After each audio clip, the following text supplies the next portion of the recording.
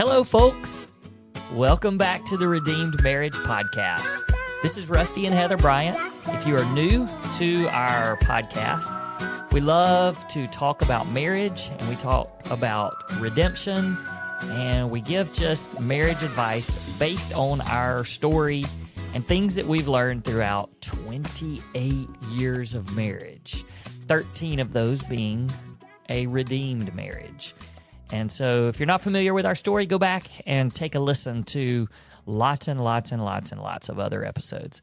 I love how people will reach out to us and say, "Oh, we just found you." And there was one the other day that said, "Oh, I just found you and I started binging you and I'm on episode 5." And I was like, "Not far now."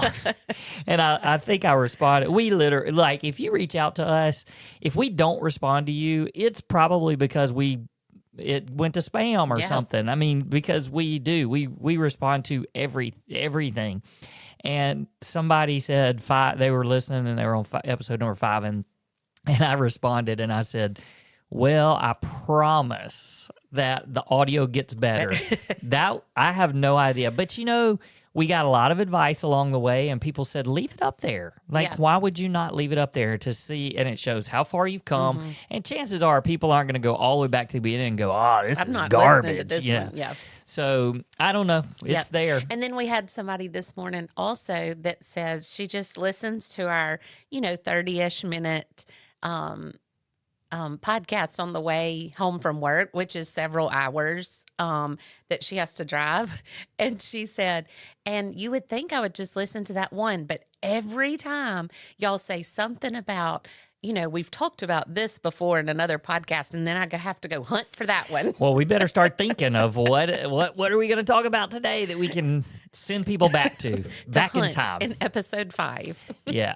Well, hey, but seriously, thank you for listening. And we know that over the last few weeks, we've got lots of new listeners through different events and things that we've been a part of. So it's really great to have a lot of you on board. And hey, we would love for you, if you've never done this before, make sure that you follow us, whatever podcast platform you listen to. Most of you we know are on Apple Podcast or Spotify. If you're on one of those, hit follow. We also do the video version of this. Mm-hmm. So if you've never checked that out, go over to YouTube. You actually get to see what we look like. And I don't know if that's good or bad. I mean, I like to think it's good, at least if they just watch your part of it, your side of the screen. But you can follow us on YouTube as well, and we also put other videos and stuff up. We've started doing some video shorts, so we put several of those up a week if you want to check those out. But you can also follow us on social media, and we're on Facebook and Instagram. And if you've never hit the like button on Apple Podcast or on Spotify, the little heart or the rating. That's what I'm trying to say. The rating. Sorry. The rating. Give us a rating. And then on Apple, you can even leave a review. And so most people, look, I listen to so many podcasts, and it reminds me from time to time, like I'm reminded, hey, I need to help these people, because I know it doesn't necessarily do anything for me and Heather. Like it's great to see those ratings and reviews, but what it does is it somehow affects how many people actually, like new people, get suggested. Yeah, it puts it in front of different people. Exactly. And so I just think that's how you can be a part of helping our message of hope get out to more people. Yeah. So, it's like again, it's not for us to boost our ego and go, "Oh, look, we got another person." It's not that. It is, we've been praying. We literally been praying this month for just numbers, not because we want to, because nobody will ever know. Nobody will know if we don't say how many downloads and how many listeners we have. Nobody knows, and that's fine. But we know that this is a big old world, and because of the prayer requests we get during the P28 challenge, and the comments and the DMs on Facebook and Instagram and the contact forms, we know that there are a lot of marriages that are just in a wreck. Yep. And so if that's the case, and those are just the small handful of people that we actually hear from, how many more are out there that just need some hope? Yeah. And So- tell them the statistic you read this week about the percentage of churches. Churches, yes, I read this that said 85% of churches across all denominations spend $0 of their budget on marriages.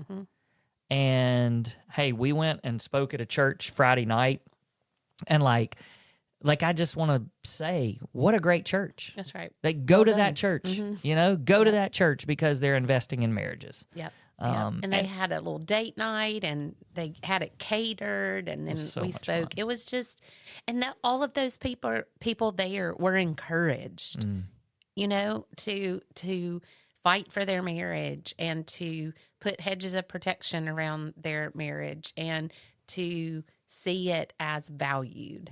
And they weren't people that were going through infidelity, or I mean, they may have been, but Right. we don't know any of their stories. They were just people who were like, we want to do best in our marriage. Yeah.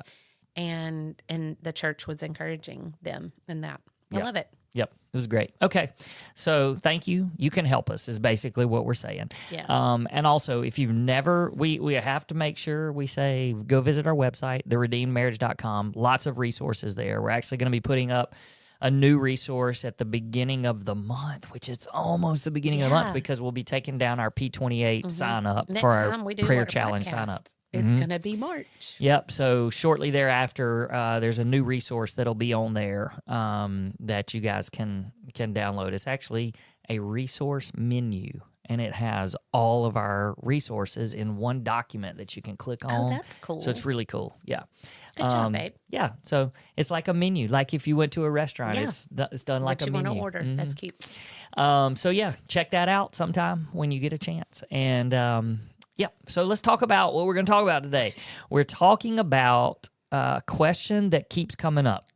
This came up several times, I think, after our video was shown at our church. There were a couple of people or multiple people asked us about it just in person. But we have people ask us this all the time in marriage coaching. And then we actually want someone that we're currently marriage coaching. They have an opportunity when they sign up for their next session to put a question of what they want to talk about. Well, now we're not going to have anything to talk about because we're about to talk about it on the podcast, and they'll listen to it. But this was a question that was asked, and I was like, man, this seems to be a theme people are curious about.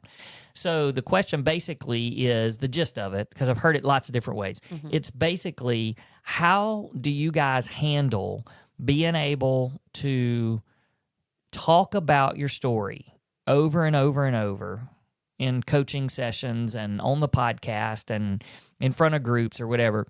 How can you do that without it bringing back all of the pain and hurt and basically affecting us to where we, go in a pit? Because I know that most people out there, when they talk about whatever they've been through, it hurts. It hurts. And it brings up all kinds of emotions that then puts them in a funk probably. And they're like, y'all do this all the time. So how and I think they probably want to know, how can we get to the point where we can actually talk about it in a healthy way? I think what happens, and the reason why people ask this, is because they're like, you guys talk about it all the time. We're trying to heal, and we never talk about it because we're scared to talk about it. Because we know when we talk about it, it's going to cause this big, argument, or somebody's going to be hurt. So many emotions are going to happen. And then we don't accomplish anything. We take a step backwards. Whereas they look at us and they're like, well, y'all talk about it literally all the time. Right. So we're going to tell our secrets today. I don't even know what those secrets really are, but we're going to tell them. We're going to tell you what happens in our life. So you want to give any insight, or you want me to keep rolling? Well, I just, when you brought this topic to me, it's something that I look at and I'm in awe of, because I feel like shame and guilt could really, really get to me. And not only that, but when we listen to other people's stories, specifically infidelity, but even other stories of broken trust, it is just, you look at it and you say, and I feel like I could carry the weight of what they're walking through because I feel it all over you again. mean when people tell us their story? Okay. Yeah. I was thinking like if we were listening to a No. like a podcast, like when other people tell us their story, because we hear that it's heavy every day, and it could be really heavy into thinking, that's how I was, or that's, how are they going to make it, and just carrying just this load. And I think that it is, well, I know for sure it is by the grace of God that we can talk about our story in a healthy way to help other people. And it just, like, I constantly remind myself, before we get on calls, before we sit down with people, before we do podcasts, that our goal is to point to Jesus and not us. Because if we were pointing to us, then I think a lot of it could be hard to talk about. And because it's like, oh gosh, they're going to think differently of me. And, I battled that Friday night when we spoke in front of those people. I introduced myself to all these people and they had one image in their mind. And then the moment you started talking and telling our story, I was like, whoop, there that goes. And so, I have to battle that a little bit, but the whole point of me saying that is the minute that thought comes into my head, or the enemy says, yep, that's what they think about you now, I remember that our story is not about us. Our story is about Jesus. And when you put that hope to other people, then it becomes easier to walk through. But there are, I think, other ways that we deal with it when we talk about our story among us, because people that are listening are like, yeah, that's great, but we're not talking on a podcast. How can we just talk about it in our everyday life if we need to? Or we have couples that have recently said, hey, we get an opportunity to tell our story to another couple in our church that's struggling, and pray for me because I'm scared to death because, nobody knows, or, and so I think that this is important for everybody on how we can discuss it without just, not only jumping in a pit, but burying ourselves in it. It's really interesting that you said that about Friday night when we spoke at this event, because we do tell our story all the time, and we're getting to interact with other couples most of the time through Zoom calls and our marriage coaching and stuff. But when we do have the opportunity for it to be a little more public, I know leading up to Friday night, I was really excited, and because we always get excited about speaking and sharing and whatever we can do. But I was the one that told our story.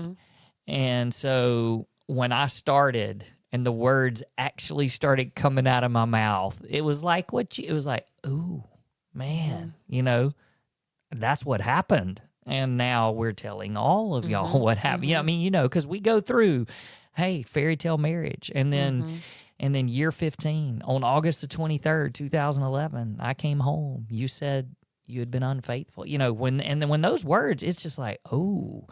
But then it's like God just kind of transforms everything, and it becomes his message. Now, there's a couple of things that I've thought about as I thought through this. One is, this morning we had an amazing message, and we've got to post some stuff about it this week on social media. You will hear it all week long. Probably so. But I do want to tell you, so many of you ask about forgiveness. Forgiveness, if you're listening to this podcast, more than likely there's some sort of forgiveness. I mean, everybody has to forgive their spouse for something. But for those of you that are listening, you've got big stuff, heavy stuff in your marriage that you've had to forgive or are working towards forgiveness. It's a question that's asked of us all the time. And we have books that we recommend, one book in particular. But it's something that, like, for me, I think that it's such an important part of the process, of the healing process, that one day after we write our book, we're going to really dive into forgiveness and try to figure out how to put it into words. And we may just steal the sermon that we heard today. But Wait, after we write our book? After me and you write our first book. See, I've already got multiple books my bad. ready for down the line. Excuse me. Oh, so we're just going to take all of Chip's sermon and write a book about it. Well, we might. That'll be our second one, is what I'm saying. Not our first book. Not our first book. Okay. We are about to start writing our first book, by the way, and then we're just going to be on a roll, and we'll probably just start spitting them out. Yeah. Okay. By the way, try to find time to write a book. That's fun. That's fun. We've been people have been telling us for years, y'all need to write a book. Okay, yeah, we do. We do. Okay. So anyway, the sermon. Chip Henderson is the pastor of Pine Lake Church in Mississippi. Go look it up. Look up today. It's February. Today is February the 23rd. He preaches a sermon on forgiveness, and it is amazing, incredible. And so much of what we share with couples, he said it. In fact, when that other staff member from the Reservoir Campers came up afterwards and was introducing himself, oh my gosh, what a guy. But I basically told him, I said, that sermon today, that's my testimony. Yeah. And that's awesome. Oh my gosh, it was amazing. So anyway, one of the things that he said in the sermon today was, telling your story is part of healing. I can't remember was that the exact quote that he said? I don't think so, but it's close. It's close. Okay, telling your story brings healing. Okay, maybe that's what he said. Telling your story brings healing. And I wrote it down, and I was like, man, what? Like, you think of how many times we've told our story, and if that's genuinely, which I believe, but if that's a part of healing, then that, like, us telling it over and over and over has been like mounds and mounds and mounds of healing on top of each other because we've told it to so many people. And so there's people out there there's people listening to this that not one single person knows their story except for them. Yep. And I get it. Look, nobody wants the only reason y'all are going, why'd y'all do it? Well, ours was public. We didn't have a choice. Yeah.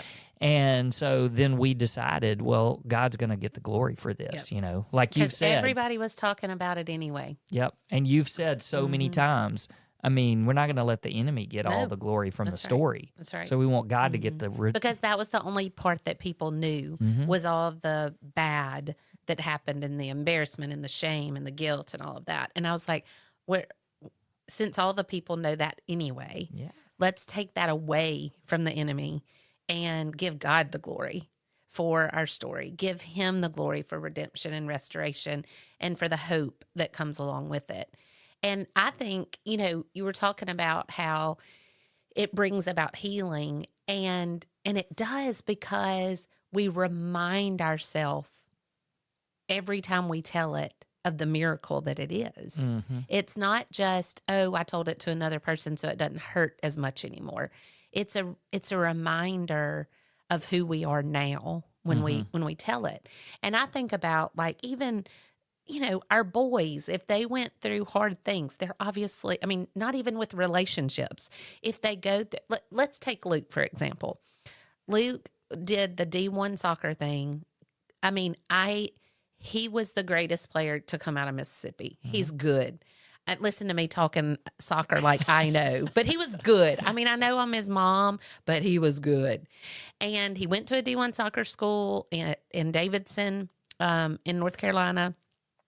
Then I had an opportunity to play a 5th year because of a COVID year at Oregon State. The boy could not stay healthy. He just was injury after injury, just reoccurring hamstring issues. He could not get healthy. And he could be very discouraged in the fact that his soccer career ended that way, when the dream obviously was to play higher level for him. He could be very discouraged. But when he tells that story every time he tells it to someone different, hey man, what happened with soccer? He tells it in a way that he reminds himself that soccer is not his identity, that God has a purpose for him on this planet that didn't include soccer or his, I mean, from now on, or his body would have cooperated, you know? And so when he tells, okay, right now I'm doing something different, and he's actually using soccer to be able to tell other people about Jesus, that's the ultimate goal. That the ultimate goal is not for him to have been playing D1 soccer.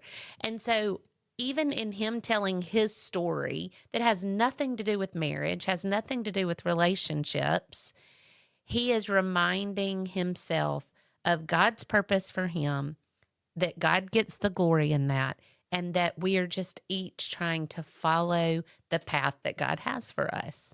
Well, yeah, and even I think even every time a story is told like that, you pick up something different that you haven't really thought about before.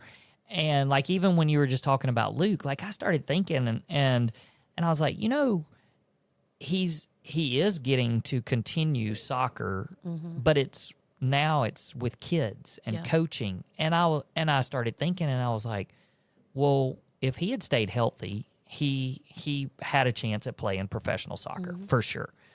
And then he would have had that platform, but who knows what that would have done to his life. And then instead, and now he's doing something that he probably would not have done if he had gone on to do that. Right. And so now he's got this chance to influence little kids that, I mean, gosh, he's so good with kids. Both of our boys are. They're like the Pied Piper. But now he's going to get to do that. The who? The Pied Piper, that, and everybody follows along the Pied Piper. Oh. You remember that story? Okay. Yeah. Anyway, we're getting a little derailed here, a little distracted. So anyway, I just think it's important, though, telling your story, you learn something different every time, even about God and the character of God. That's right. And so I think the encouragement is, man, you got to tell somebody. And I'm not saying that you have to be on a podcast or you have to call your church and say, give us the mic next week. We're getting up there and letting everybody know. That's right. But it is so important for you to let somebody in on your story, because it is part of healing. And even if that's us, you know, and like, hey, if maybe your first stab at this is you sit down with your spouse and you say, hey, let's just tell Rusty and Heather our story, because they get it. They understand it. You may not even know us. You may be in another country somewhere. Sit down and write it out on an email and send it to us and let us know. I mean, if we're the outlet for you for your first time to share it. But then I would encourage you, find a mentor in church, find someone in your community, somebody that you trust, that you can just say, hey man, I want somebody to pray for us. Yeah. And this is our story. And telling that story with your spouse, I think, is important too. To be able to do that with your spouse. And when you do that, it starts bringing healing. Yep. And you'll find that it becomes easier, and it opens up opportunities for you and your spouse to begin to talk about it as well. Right. And that's if there has been some healing and you have some reconciliation going. You might be in a spot where your spouse wants nothing to do with it. And you just need to talk to somebody. Yeah. And that's so important, because if you try to deal with that on your own, you're going to drown. If you have a spouse that is like, yeah, we're not doing any of this, we're not telling anybody, and then maybe they're just continuing in sin. Well, you can't walk that journey by yourself. And so it's important too that you go to somebody and say, I need help. I cannot journey through this alone. We were never meant to journey alone. No. Never meant to journey alone. And what I love what you said, like finding somebody a mentor at church or somebody that can just point you to Jesus. I had the opportunity recently to meet with just somebody for one time, and she told me that only one other person knew their story, and it was somebody at work. Well, I got really nervous because I was like, oh no, because you can always find somebody that'll tell you what you want to hear.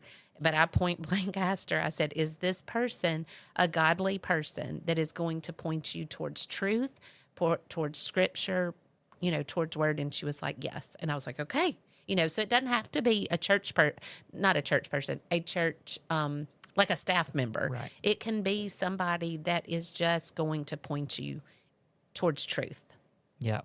I was thinking about people that are listening, and they're like, okay, well, we want to be able to talk about it. And, it puts us in a pit. So my answer to that would be, well, like we said, as you share with somebody else, telling your story brings healing. So it will open up opportunities for you guys to also talk about it.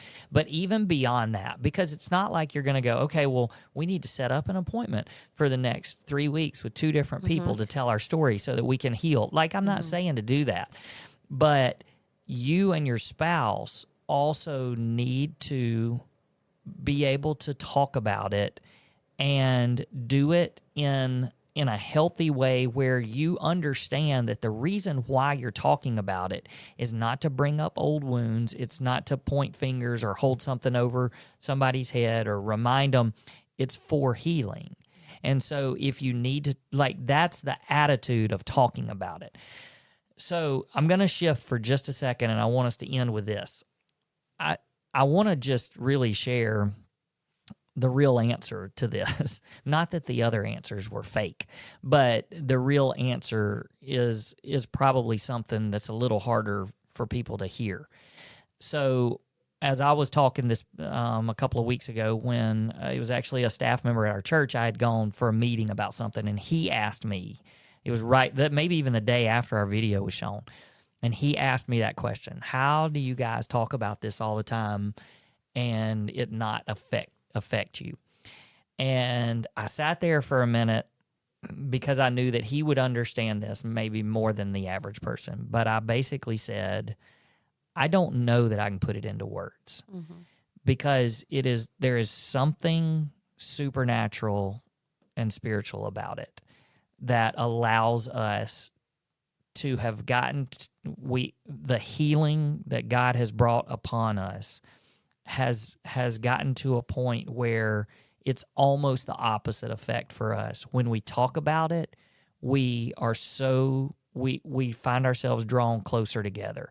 I find myself every time having more and more empathy for you, and the shame and guilt that must come with sharing it, and just as a reminder of who you are and what God has done in your life, and it makes me more in love with you and more attracted to you. And so, and if I can interrupt you for a minute, it does the same thing for me when I listen to you talk about it, because I am just reminded you stayed. Like, you chose to stay after everything was exposed. You chose to walk alongside me. And so I fall in love with you every time even more, because I'm like, he could have left. He could have, I would have been the one destroying our family because I did the actions, but you could have just walked away and said, I'm not doing this. But you fought for me. You fought for our family. You fought for our boys. And I'm reminded of that as you tell our story. So it's not just one-sided in that. I'm about to say something that I don't know that I've ever said before, and it's probably something that needs to actually be an entire podcast at some point. But this part of it will blow people's mind, and maybe it will just kind of emphasize what I just said about it, everything about it being so supernatural that can't be put into words. But I still hurt from, there's wounds. So I don't want anybody to think that there's never any. We've talked about this pain, but it's just different. so I do still have pain, and I do still have wounds, and there's things that come up, and I'm triggered, all of that. I'm a normal person in that regard. The part that's supernatural to me is when we talk about it and I now hurt more for you than I hurt for myself. And I hurt more for you because I can't imagine living with, like I can, because I know what you've walked through. Yeah. But it's like I hurt that you have to live with that. So it's not even that I'm angry with you, that you've hurt me, that I've got these wounds that won't ever heal. It's more of I hurt that you had to go through that. Not even that I had to go through what I went through. Yeah. It's more of I hurt that you now have to live with that because that's not who you are. And so anyway, that's another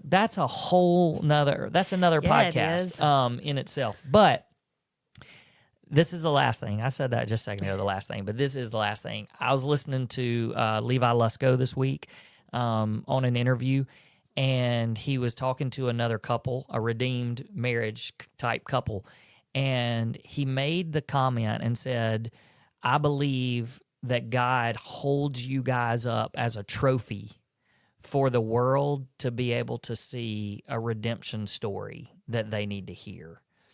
And man, that's what I think about our story and what God does. Like, he's the one that's getting all this glory. And so part of that supernatural, I keep saying the word supernatural, but part of that spiritual that you can't explain is, I believe it's literally because God, he's not going to allow us to continue to tell our story over and over and over, knowing that every time it's going to put us in some kind of a pit. Because what he's doing is he's holding it up. Like he's the one that's holding this up for us, and crying out for a world that needs to hear a story of hope of what he did in a marriage, and he's holding it up. And so he's not going to allow us to go through the pit every single time. Instead, just like he wants the world to see not our story for the junk that it was, but to see the redemption part of it. And in the same way, when we share it, that's what he wants us to see too. So that's what we see, because that's what he's got on display for us. So. Amen. All right, there you go. Oh man, we're over our time. So shocker. Yeah, we love going over time because we just like for all of our regular listeners to be able to pull it up each day and go, how far over did they go today? That's right. And when I say over, we're in charge. I tell you that all the time. Doesn't matter how long we go. That's right. All right, you guys, thanks so much for listening to us. We love all of you, and we're glad that you would take 30 or 33 minutes out of your day to listen to us. And we hope that it's encouraging to you, and we will see you guys next week. Peace. Peace.